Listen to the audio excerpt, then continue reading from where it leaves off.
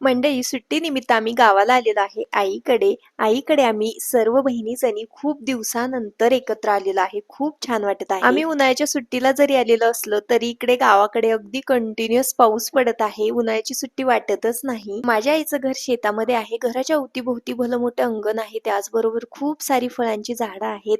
घराच्या कडेने शेती असल्यामुळे खूप छान फ्रेश वाटतं, प्रसन्न वाटतं. घरी खूप साऱ्या गायी आहेत. त्याचबरोबर म्हशी आहेत. त्यामुळे घरचंच अगदी फ्रेश दूध असतं. आम्ही आलोय म्हटल्यानंतर भावाने दूध विकायला न देता घरीच ठेवलेलं होतं, कारण त्याला माहित आहे आम्ही आल्यानंतर काही ना काही वेगवेगळे पदार्थ बनवत असतो. दुधापासून आम्ही पहिल्या दिवशी बासुंदी बनवायचं ठरवलं. मग चूल पेटवली, पातेल्याला माती लावली, दूध छान तापवून घेतलं. दूध अधून-मधून हलवत छान आटवून घेतलं. त्यानंतर त्यामध्ये विलायची घातली, साखर घातली, थोडंसं मिक्सरला फिरवून घेतली आणि मस्त बासुंदी झालेली होती बरं का. सलग 4 दिवस चुलीवरती दूध आटवून 4 दिवस आम्ही दुधापासून पदार्थ बनवत होतो. बासुंदी, गुलाबजामुन, पेढा आणि परत बासुंदी बनवली.